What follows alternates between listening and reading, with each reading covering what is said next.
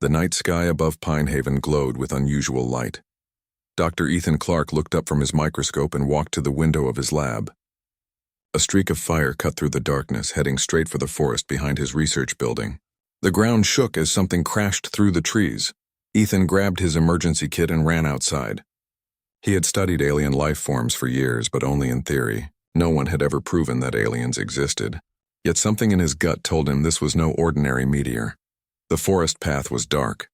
Ethan's flashlight beam bounced between trees as he followed the trail of broken branches. A strong smell of burned metal filled the air. After 10 minutes of walking, he found it, a metal pod about the size of a small car, its surface still hot from entering Earth's atmosphere. Part of the pod had cracked open. Inside, Ethan saw movement. He approached carefully, flashlight raised. 2 figures huddled in the dim interior. One was clearly an adult woman, but not human. Her skin had a soft blue glow, and her eyes reflected light like a cat's. In her arms lay a small child, unmoving. "Please," the woman said in a voice that seemed to echo inside Ethan's head. "Help my daughter." Ethan knew he should call the government. All scientists were trained to report any sign of alien contact immediately. But the child looked so small, so fragile, and the mother's eyes held such fear and hope. "I'm a doctor," Ethan said. "I can help." The alien woman tried to move but winced in pain. A device on her wrist lit up, and suddenly Ethan could understand her words clearly. "My name is Lyra. We are from Asteria. Our home is gone, destroyed by the Ketvoran Empire. My daughter Naya is dying. The journey through space has made her condition worse." Ethan checked the child. Her skin was cool and her breathing came in short gasps. Whatever was wrong with her, she wouldn't last long without help. "I can take you to my lab," Ethan said. "But you'll have to trust me." Lyra nodded. "We have no choice." Ethan carried Naya while helping Lyra walk. They moved slowly through the dark forest. Every sound made them freeze. A government team could arrive at any moment to secure the crash site. Back at his lab, Ethan locked the doors and closed all the blinds. He placed Naya on an examination table while Lyra explained her daughter's condition. "Our bodies use energy differently than humans. Naya has a rare problem where her cells can't process energy correctly. On our world, she would have had treatment, but we had to flee when the Ketvoran attacked." Tears slid down Lyra's face, glowing like liquid silver. "They destroy everything in their path. They want our natural abilities to use as weapons." Ethan ran tests on Naya, amazed by how similar yet different her biology was from human children. "What abilities do your people have?" Lyra held out her hand. The air above her palm shimmered and tiny points of light appeared, dancing in patterns. "We can manipulate quantum energy, the energy between all things. The Ketvoran want to use us to power their weapons and ships." Ethan worked through the night, combining his knowledge of human cells with Lyra's explanations of her people's biology. His research had focused on helping human cells repair themselves. Maybe some of those techniques could help Naya. As dawn broke, Ethan's computer beeped with an alert. Government satellites had detected the crash. A team was being sent to investigate. "We don't have much time," Ethan told Lyra. "The government will find the pod soon. If they find you, they'll take you away for study." Lyra stood straight, though pain still showed on her face. "If you can save my daughter, I will give you any knowledge I have. Our technology, our science, anything. I'm not doing this for payment," Ethan said. "I'm doing it because it's right." He prepared a mixture of medicines and nutrients based on his analysis of Naya's cells. It might work or it might make things worse. He had no way to be sure. "This is experimental," he warned Lyra. "I've never treated an alien before." "You are our only hope," Lyra said simply. Ethan injected the mixture into Naya's arm. Her skin flickered, the glow fading, then growing stronger. She moaned softly but didn't wake up. "Now we wait," Ethan said. Lyra sat beside her daughter, holding her small hand. "The Ketvoran will come for us. They can track our energy signatures across space. One problem at a time," Ethan said, checking his security monitors. A black government SUV had pulled up at the forest edge. A woman in a dark suit stepped out, looking at a handheld device. Agent Olivia Martinez had arrived. Ethan's phone rang. He answered cautiously. "Dr. Clark," Agent Martinez said. "This is the Special Containment Division. We detected an object entering Earth's atmosphere near your facility last night. Have you observed anything unusual?" Ethan looked at Lyra and Naya. In just hours, they had changed everything he thought he knew about life in the universe. "Nothing unusual," He lied. But I'll keep an eye out. We'll be conducting a search of the area, Martinez said. Please stay in your facility until we give the all clear. Ethan hung up and turned to Lyra. They're looking for you.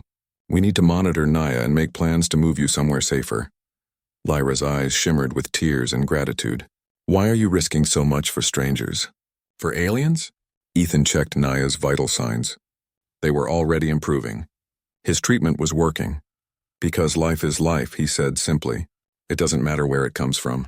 Outside, more government vehicles arrived.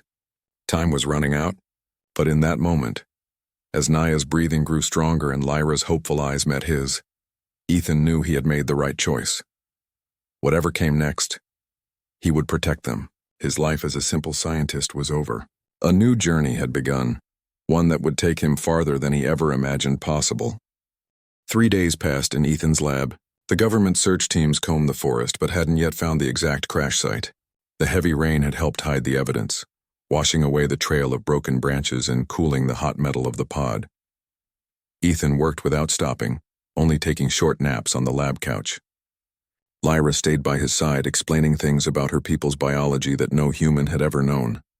Together, they created a treatment that might save Naya. Your science is different from ours, Lyra said, watching Ethan adjust his equipment. But there is wisdom in your approach. Our healers said Naya's condition was hopeless. Sometimes fresh eyes see new possibilities, Ethan replied, carefully mixing a green liquid in a test tube. And I've always been good at solving puzzles. Naya lay on a bed Ethan had set up, connected to monitors that beeped softly. Her skin's glow had steadied, no longer flickering weakly as it had when they arrived. The treatment was working, but slowly.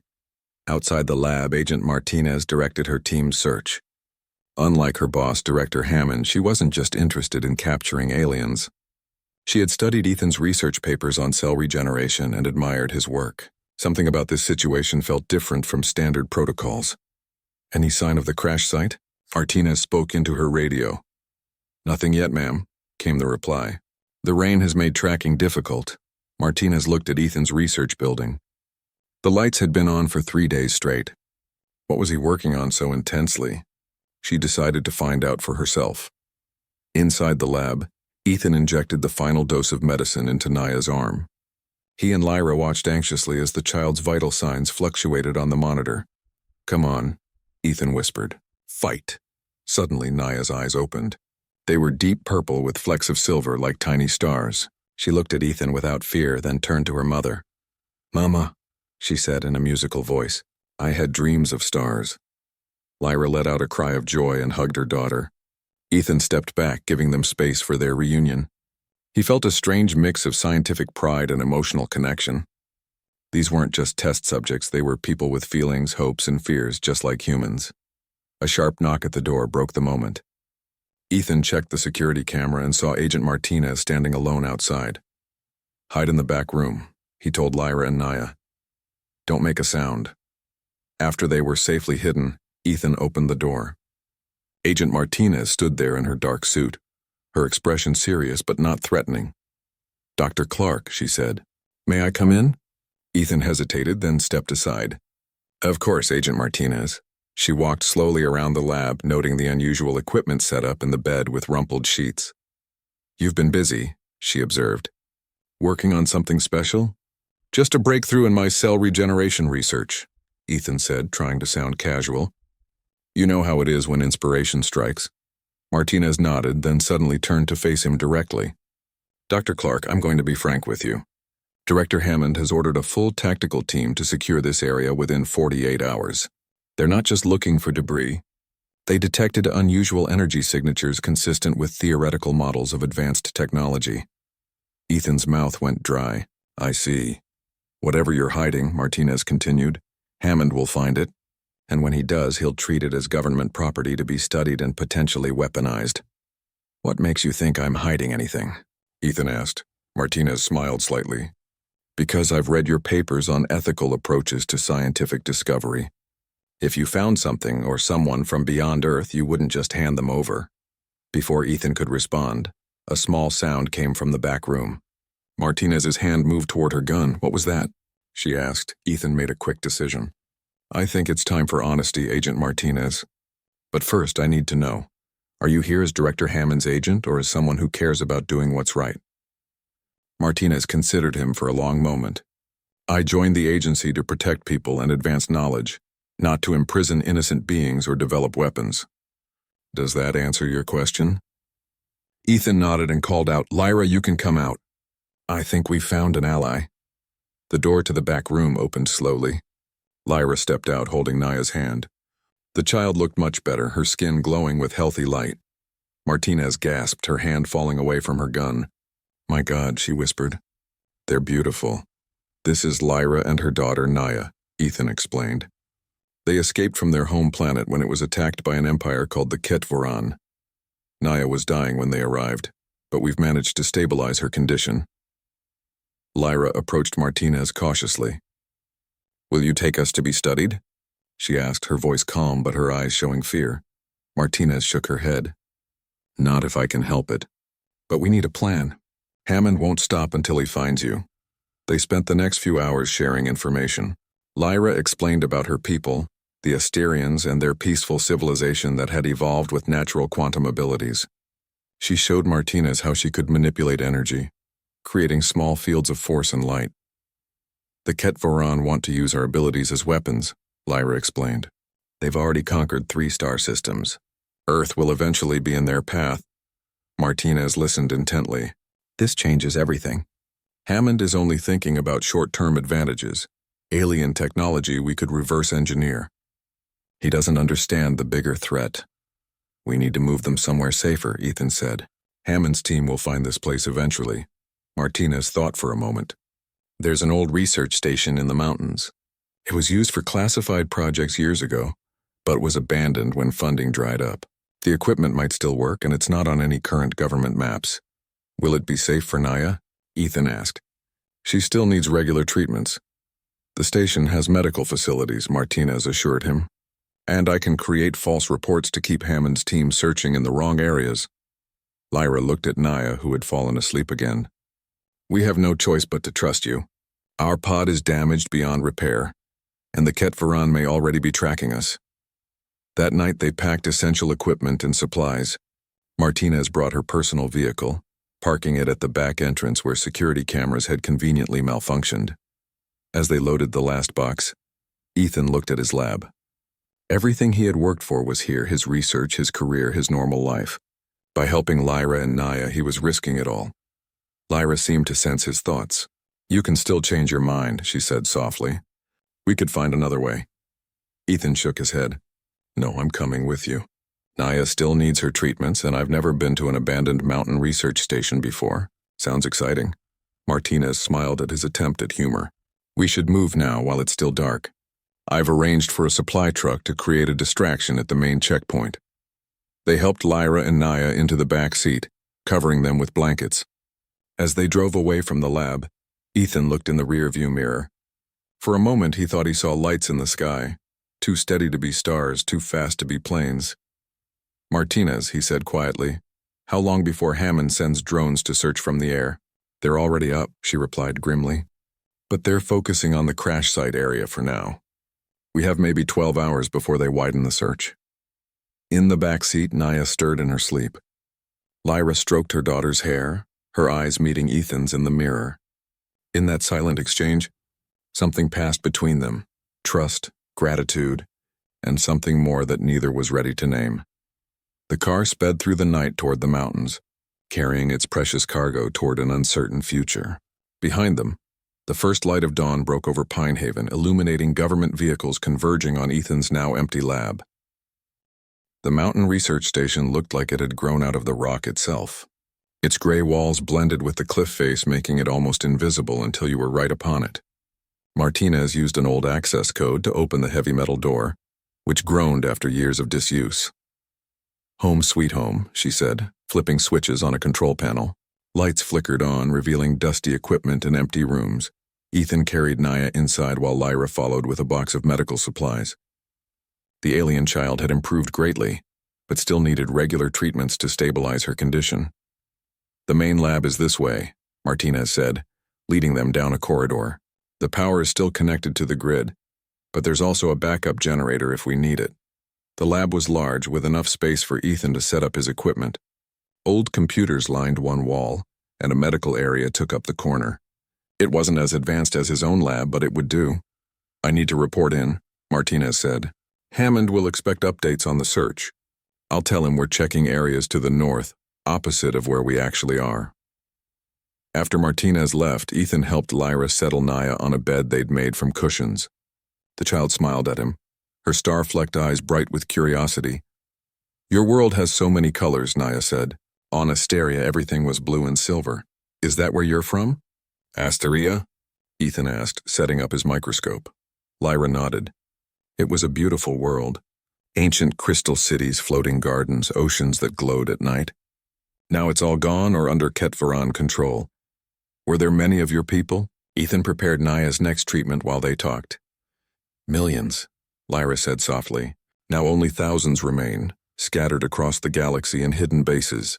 I was part of the Quantum Council, our governing body. When the invasion came, I was sent to find allies." Ethan paused, looking up from his work. "You're not just refugees, are you? You're here with a purpose."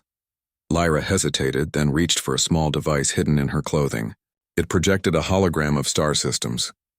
"The Ketvaran Empire is expanding toward Earth," she explained. "They're still years away, but they will come.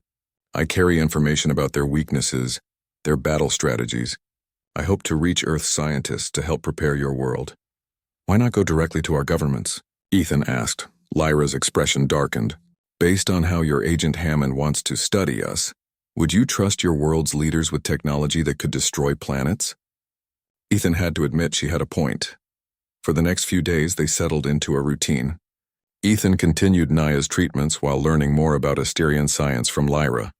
Martinez visited when she could, bringing supplies and news from the outside. "Hammond is furious," she reported one evening. "He knows something escaped the crash site, but he can't prove it was aliens. He's expanding the search area, but still looking in the wrong direction." Their fragile peace was shattered on the 7th day. Ethan was examining Naya's latest blood sample when all the equipment in the lab suddenly powered down, then surged back on. "What was that?" he asked. Lyra stood perfectly still, her face pale. "They found us. Hammond?" Martinez reached for her gun. "No," Lyra whispered. "The Ketvaran. A scout ship has entered your atmosphere." Ethan couldn't believe it. "How could they track you across space?" Lyra turned to Naya with horror dawning on her face. "The treatments. They've amplified her quantum signature. Ethan's modified treatment had saved Naya's life, but had unintentionally made her energy pattern stronger, like a beacon that both Earth's government and the alien invaders could detect." Martinez rushed to the security monitors. "Nothing on our sensors yet, but if they have technology advanced enough to cross space." "They do," Lyra confirmed. "And worse. Their warriors are enhanced with stolen quantum technology from conquered worlds." Ethan looked at Naya, who huddled fearfully against her mother. "What do we do?" "I need to contact my people," Lyra said. "There's a resistance network, but I need more power than this facility can provide to send a signal that far." Martinez considered their options. "There's a satellite uplink station about 20 miles from here. Military grade. If we could reach it." A loud boom shook the building, sending dust falling from the ceiling. "That wasn't an earthquake," Ethan said. Martinez checked the exterior cameras. A small craft had landed on the ridge above the facility. Dark figures were moving toward them, carrying what looked like weapons. "Ketvaran ground forces," Lyra said grimly. "They'll try to capture us alive. They need Asterians for their experiments." Martinez grabbed her phone. "I need to call in help. There's a division in my agency, the Starfall Protocol. They've been preparing for extraterrestrial contact for years." "Can they be trusted?" Ethan asked. "More than Hammond. They understand the bigger picture." While Martinez made her call, Lyra stood in the center of the room. She closed her eyes and her skin began to glow brighter. The air around her shimmered with energy. "What are you doing?" Ethan asked. "Creating a protective field," Lyra explained, her voice strained. "It won't last long, but it might buy us time." Outside, the Ketvaran soldiers reached the facility entrance. One raised a device that emitted a high-pitched whine. The security door began to melt. "They're breaking in." Martinez ended her call. "Starfall is sending a team, but they're an hour out." Lyra's protective field spread to cover the lab, a shimmering dome of blue-white energy. The effort clearly taxed her strength. She was still recovering from the crash and their escape. "Lyra, you can't maintain this for an hour," Ethan said with concern. "I don't need to," she replied. "Just long enough for you to escape with Naya." "What?" "No," Ethan protested. "We're not leaving you." "You must," Lyra insisted. "Naya carries our people's future in her genetic code. And you've proven yourself a friend to Asterians. My people will need that friendship." Another explosion rocked the facility. Part of the ceiling collapsed in the corridor outside their lab. Martinez checked her gun.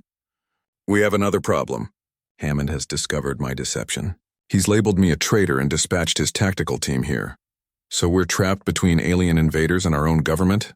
Ethan couldn't believe their situation. Lyra's field flickered as her strength wavered.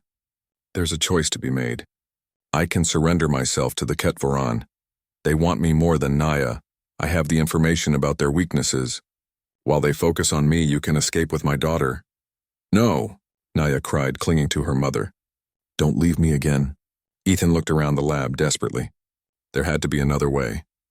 His eyes fell on an old piece of equipment in the corner, a quantum amplifier according to the label. "Martinez, what was this facility used for?" he asked. "Quantum experiments," she replied. "Theoretical physics, teleportation research." Nothing ever worked. An idea formed in Ethan's mind. Dangerous, possibly insane, but their only hope. "Lyra, you said your people can manipulate quantum energy naturally. Could you create a portal like the one that brought you to Earth?" Lyra shook her head. "Not alone. It requires multiple quantum council members or specialized equipment." "What about with this?" Ethan pointed to the amplifier. Lyra's eyes widened. "It might work, but the strain could kill me. My body is still weak from our journey in creating this field." "There has to be another way," Ethan insisted. Outside, they heard the sound of helicopters approaching. Hammond's tactical team had arrived. The Ketvaran soldiers were nearly through the main door. They were out of time and options. Naya suddenly spoke up. "I can see the paths." They all turned to the child. Her eyes were glowing brighter than they'd ever seen. "What do you mean, sweetheart?" Ethan asked gently. "Since you're medicine, I can see things, like looking through windows into what might happen." Naya's voice was eerily calm. "There are two clear paths now. In one, Mother dies creating a portal, but Earth survives the Ketvaran. In the other, we stay together, but your world falls." Ethan refused to accept either outcome. He looked at his medical equipment, then at the quantum amplifier. His research on cell regeneration had helped Naya. Perhaps it could help Lyra too. "I have an idea," he said, "but we need to act now." The protective field flickered again as Lyra's strength continued to fade. Outside, both human and alien forces closed in on their sanctuary. Time had run out. Ethan moved quickly, modifying his treatment for Lyra while Martinez prepared the quantum amplifier. It was a desperate gamble, but it was all they had left. Ethan worked frantically, connecting the quantum amplifier to the power system while preparing a concentrated version of Naya's treatment. His hands moved with precision despite the chaos around them. Another explosion shook the facility, closer this time. "They're through the outer doors," Martinez reported, checking the security feed. "Both teams, Hammond's people from the air, Ketvaran from the ground. They'll reach us in minutes." Lyra's protective field had shrunk to just the lab itself. Her skin had paled, the luminescence flickering like a dying light bulb. Still, she held on, buying them precious time. "The amplifier is ready," Ethan said, wiping sweat from his forehead. "But Lyra, this is incredibly dangerous. The treatment I've prepared might help your body withstand the quantum drain, but it's untested." "No choice," Lyra said weakly. "Naya, come here." The child moved to her mother's side. Lyra touched Naya's face tenderly. "Remember everything I taught you about our people? The songs, the history, the ways of quantum energy." "I will, Mother," Naya promised, tears shimmering in her star-flecked eyes. Lyra turned to Martinez. "If we succeed, you must warn your world about the Ketvaran. They won't stop with one scout ship." Martinez nodded solemnly. "The Starfall Protocol team will listen. I've sent them all the data we've gathered." Finally, Lyra looked at Ethan. Their eyes met, and a world of unspoken feelings passed between them. "You saved my daughter when you had no reason to help us," she said softly. "You risked everything for strangers from another world." "Not strangers anymore," Ethan replied, his voice thick with emotion. The door to the lab buckled as something heavy slammed against it. Martinez took up position, gun ready. "It's now or never," she urged. Ethan injected Lyra with the concentrated treatment. Her skin brightened momentarily and she gasped as the medicine spread through her system. "Connect me to the amplifier," she instructed. Ethan attached sensors to Lyra's temples and wrists. The machine hummed to life, its old components straining with new purpose. Lyra placed her hands on the control panel and closed her eyes in concentration. The air in the center of the lab began to shimmer and distort. Tiny points of light appeared, swirling in a circular pattern. The quantum amplifier's dials jumped into the red zone as power surged through it. "It's working," Ethan exclaimed. The portal grew larger, the edges stabilizing into a shimmering doorway. Through it, they could see a dim image of crystalline structures and strange lights. Another world, or perhaps a space between worlds. Lyra swayed on her feet, her life force visibly draining into the quantum field. Despite Ethan's treatment, the process was killing her. "Lyra, you need to stop." Ethan moved to disconnect her from the amplifier. "No," she gasped. Almost complete, the lab door finally gave way. Martinez fired at the first figures to appear. Hammond's tactical team in black body armor. Behind them, inhuman shapes moved in the shadows. The Ketvoran soldiers. "Go," Martinez shouted, backing toward the portal while maintaining cover fire. "I'll hold them off." Naya ran to the portal edge, then looked back fearfully. "Mother!" Lyra collapsed, the connection to the amplifier broken. The portal flickered but remained open, unstable but functional. Ethan rushed to Lyra's side, checking her vital signs. Her pulse was faint, her skin almost transparent. "She's dying," he told Martinez. The portal drained too much of her energy. Martinez fired again, hitting a Ketvoran soldier who had pushed past the human forces. The alien stumbled but didn't fall, its armor absorbing most of the impact. "We have no time," Martinez said grimly. "We need to get through that portal now." Ethan lifted Lyra in his arms. Her body felt impossibly light, as if she were already fading away. He carried her toward the portal where Naya waited. "I'm coming too," Martinez announced, reaching into her pocket. She pulled out a small data drive. "Earth's defense systems, communication protocols, everything the Resistance will need to contact us again." A Ketvoran weapon fired, sending a bolt of energy across the lab. Equipment exploded in a shower of sparks. The portal wavered, shrinking slightly.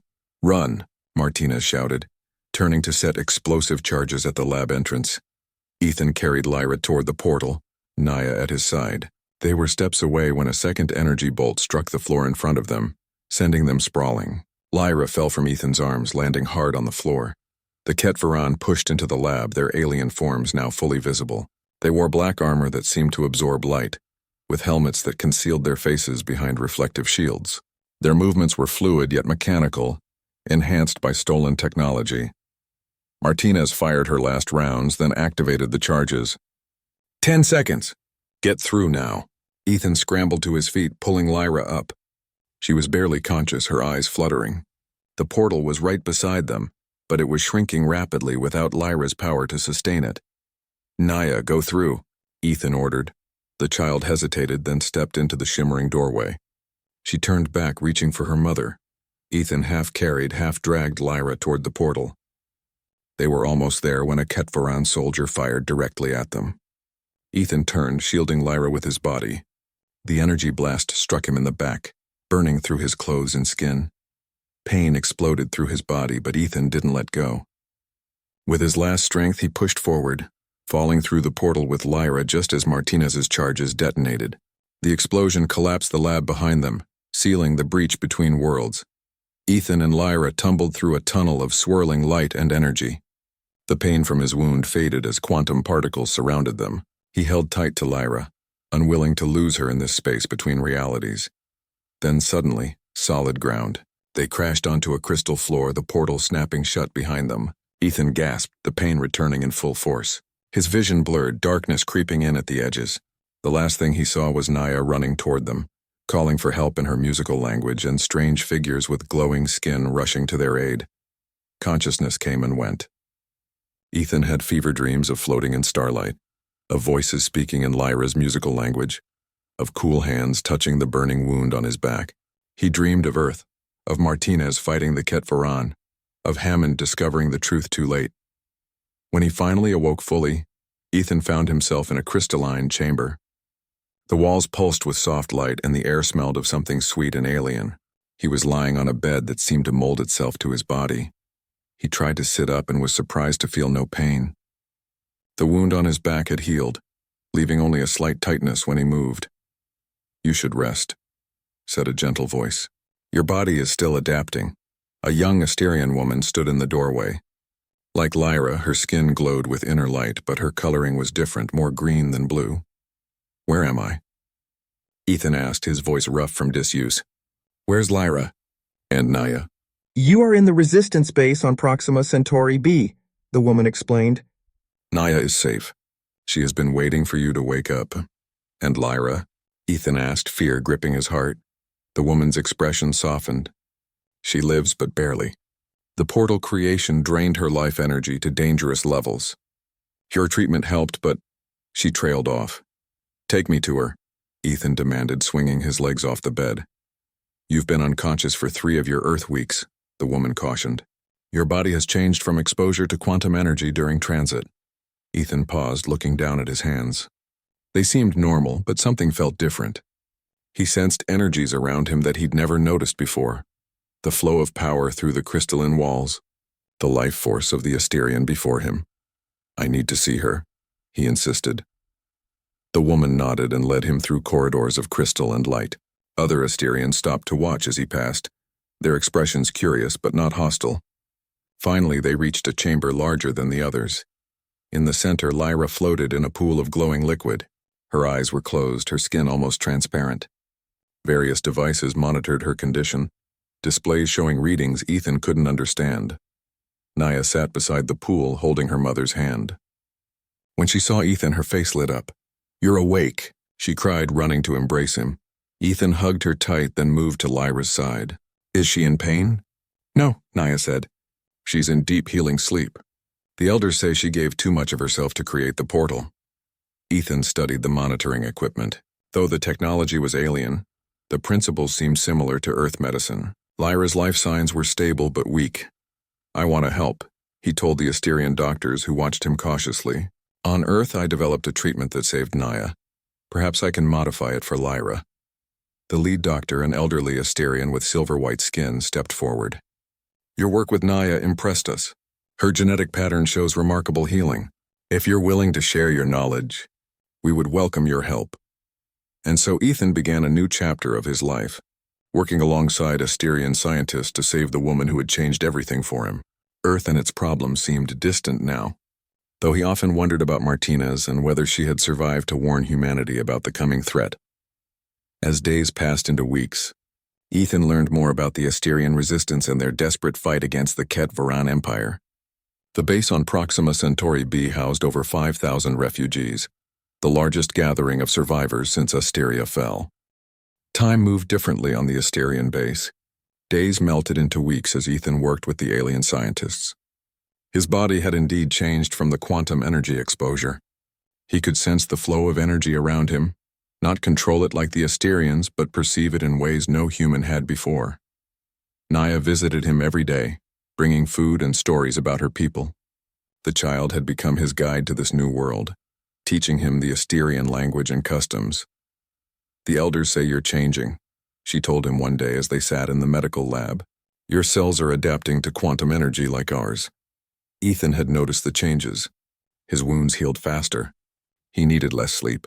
Sometimes, when he concentrated very hard, the air around his hands would shimmer slightly. "Does that bother you?" he asked Naya. "That I'm becoming something different?" She smiled, her star-flecked eyes wise beyond her years. "You gave me life when I was dying. Now the universe is giving you something back." Together, they continued to watch over Lyra. The healing pool had done its work, repairing her physical body, but she remained in a deep sleep. The Asterian doctors were puzzled. "Her body is healed," explained Elder Varan, the silver-skinned doctor who had become Ethan's mentor, but her consciousness remained scattered in the quantum field. The portal creation fragmented her mind. "How do we bring her back?" Ethan asked, watching Lyra float peacefully in the glowing liquid. "There is a way," Varan said hesitantly, "but it has never been attempted with a non-Asterian." That evening, Varan took Ethan to the council chamber, where the remaining leaders of the Asterian resistance gathered. The room was built of living crystal that hummed with energy. 7 elders sat in a semicircle, their skin glowing with different hues: silver, blue, green, purple. "Ethan of Earth," began the eldest, her voice resonating in both his ears and his mind. "We have watched your dedication to Lyra and your care for Naya. You have shared your scientific knowledge freely, asking nothing in return. Lyra and Naya are family to me now," Ethan said simply. The elders exchanged glances. "Family," repeated one. "Yes, that is what we sense in your bond." "We believe Lyra can be brought back," said another elder. "But the process requires a quantum connection, a bond between minds." "I'll do anything," Ethan said without hesitation. "You don't understand," Varen cautioned. "This bond is permanent. In our culture, it is called the heart offering, a sacred union of consciousness. 2 individuals remain separate but forever connected at the quantum level. Like marriage?" Ethan asked. The elders smiled at the comparison. "Deeper," explained the eldest. "You would share thoughts, feelings, memories. In times of great need, you could draw on each other's strength across any distance. It is not done lightly." Ethan thought about Earth, the life he'd left behind. Had Martina survived? Was Hammond still hunting for answers? Had the Ketvaran sent more ships? Those questions seemed distant now, like echoes from another life. "I want to try," he said firmly. The ceremony took place the next day. Lyra was moved from the healing pool to a crystal platform in the center of a circular chamber. Ethan lay on a second platform beside her. Around them, Asterian healers prepared specialized equipment. Naya stood at her mother's head, her small hands placed on Lyra's temples. "I'll help guide her back," she explained to Ethan. "I can see the paths, remember?" Vareen connected neural interfaces to both Ethan and Lyra. "The technology will amplify your natural quantum resonance," he explained. "But the connection itself must come from your will, your desire to reach her." "What should I do?" Ethan asked. "Close your eyes. Think of Lyra. Remember everything about her. Then reach for her with your mind." Ethan closed his eyes. He remembered the first moment he saw Lyra in the crashed pod, her fierce protection of Naya, her tears when her daughter opened her eyes after the treatment. He remembered her teaching him about Asterian biology, her laughter when he made a silly joke to lighten their dark situation, her courage when she created the portal knowing it might kill her. The machines hummed around him. He felt a strange sensation, like falling while standing still. In the darkness behind his eyelids, points of light appeared, quantum energy responding to his focus. "Reach for her." Varen's voice seemed to come from far away. Ethan pushed his consciousness toward the lights, imagining Lyra at the center of the swirling pattern. He called her name, first with his voice, then with his mind, then with something deeper that had no name. Suddenly, he was no longer in his body. He floated in a space filled with stars and quantum particles. In the distance, he saw a figure, Lyra, her form translucent and fragmented. "Lyra," he called out. His voice created ripples in the quantum field. She turned slowly, her eyes unfocused. "Ethan, where am I?" "You're lost in the quantum field." He moved toward her, but the distance between them remained the same. "Your body is healed, but your mind is scattered. You need to come back." "I'm so tired," she said. "I gave everything to save Naya, to save you." "I know, but Naya needs you, and—" He hesitated, then spoke from his heart. "I need you too." Lyra's form solidified slightly. "You've changed. I can sense the quantum energy in you. The portal changed me. I'm not fully human anymore, not fully Asterian. I'm something in between." "Why did you come for me?" she asked. "You could have stayed on Earth, returned to your life." "What life?" Ethan laughed softly. "My life changed the moment I found you and Naya. There's no going back, and I don't want to." He reached out his hand, stretching across the quantum space. "The elders told me about the heart offering. If you're willing, I am too." Lyra's eyes widened. "You would bind yourself to me? Forever?" "Yes," Ethan said simply. Lyra's form became more solid. She reached toward him, her fingers stretching across the void. "Then I offer you my heart, Ethan of Earth." As their fingers touched, light exploded around them. Ethan felt Lyra's consciousness rush into his, her memories, thoughts, feelings. He saw her childhood on Asteria, her training on the Quantum Council, the birth of Naya, the devastating invasion, the desperate escape across space. And she saw his life, his lonely childhood, His passion for science, his belief that life existed beyond Earth, his instant decision to help when he found them in the crashed pod. Their minds intertwined, separate but connected, like two stars in a binary system, forever orbiting each other across the vastness of space. Ethan gasped as he returned to his body. The neural interfaces disconnected automatically. Beside him, Lyra's eyes fluttered open for the first time in weeks. She turned her head to look at him, and he knew she felt it too. The bond between them, unbreakable and eternal. "Welcome back," he whispered. Naya cried out with joy and threw herself into her mother's arms. Lyra held her daughter tight, then reached for Ethan's hand. When their fingers touched, the bond between them hummed with energy. In the days that followed, Lyra regained her strength. Through their bond, Ethan helped her heal faster, sharing his energy when she grew tired. In return, she taught him to better understand his new quantum senses. A month after the heart offering ceremony, they received unexpected news. The communication center detected a signal from Earth, a specific pattern that matched the codes Martinez had carried. The entire council gathered to receive the transmission. On the view screen appeared Martinez's face, tired but alive. "Thank God," she said when she saw Ethan. "We weren't sure the signal would reach you." "How did you survive?" Ethan asked in amazement. "The Starfall protocol team reached us just after you went through the portal. The explosion buried most of the Ketvaran soldiers, and we captured the rest." Her expression darkened. "Hammond tried to cover it all up, but I had backup plans. Data sent to key people in government. When the next Ketvaran ship arrived in orbit, even Hammond couldn't deny the truth anymore." "Another ship came?" Lyra stepped forward, alarmed. Martinez nodded grimly. "A larger one. It stayed in orbit for 3 days, scanning Earth, then it left. I think it was assessing our defenses." "They'll be back," Lyra said. "With more ships, we know," Martinez replied. "That's why I'm contacting you. Earth is preparing. The nations have united under a common threat. We need the information Lyra carries about Ketvaran weaknesses, and we need allies." The council members exchanged glances. The eldest stepped forward. "We are few," she said, "but we will stand with Earth. We can share technology, knowledge." "And I'll be your connection," Ethan said, looking at Lyra. Through their bond, he felt her agreement. "We bridge both worlds now." Plans were made quickly. The Asterians would send representatives to Earth, while Earth would provide resources for the Resistance. Martinez would serve as the human ambassador to the Asterians, and Ethan and Lyra would coordinate between the two groups. 3 months later, Ethan stood on an observation deck, watching as Earth ships arrived at the Proxima Centauri base. The first official delegation from his home planet, scientists, diplomats, and Starfall protocol agents led by Martinez. Lyra stood beside him, their hands intertwined. Through their bond, he felt her mix of hope and anxiety. "Will it be enough?" she wondered. "Can we stop the Ketvaran?" Naya joined them, slipping her small hand into Ethan's free one. "I've seen the paths," she said quietly. "There's one where we win, where both our peoples survive." "What does that path require?" Ethan asked.